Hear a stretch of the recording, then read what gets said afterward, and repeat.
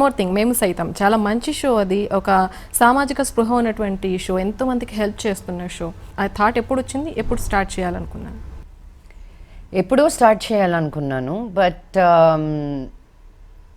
ఆ ఫార్మాట్ ఎలాగో నాకు తెలియలేదు.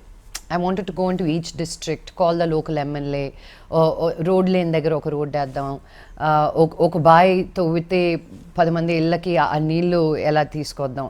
బట్ ఆ ఫార్మాట్ ఎలాగో నాకు అర్థం కాలేదన్నమాట.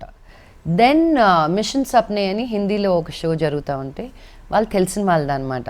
వాళ్ళు నాకు పదే ఫోన్ చేస్తుంటే ఒకరోజు సరే రండి చూద్దాం అనేసరికి వచ్చి ఆ ప్రోమో చూపించారో లేదో, I said that's it, I'm doing this show. It's a very challenging show, but the satisfaction is also as much.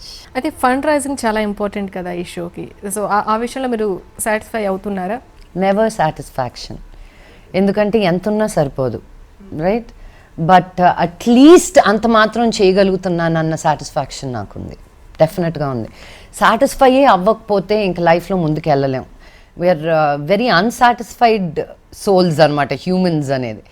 I think I'm satisfied that at least ఒక ప్లాట్ఫామ్ ఒకటి క్రియేట్ చేసి చాలామంది ఇన్స్పైర్ అయ్యే షో చూసి నాకు అమ్మ నేను అది చేయాలను, షో చూసిన తర్వాత కూడా నాకు చాలామంది ఫోన్లు చేసి డబ్బులు పంపించడం కానీ, ఆ ఫ్యామిలీకి ఇవ్వు ఈ ఫ్యామిలీకి ఇవ్వు అని వాళ్ళు స్పెసిఫిక్గా చెప్పడం కూడా జరుగుతుంది.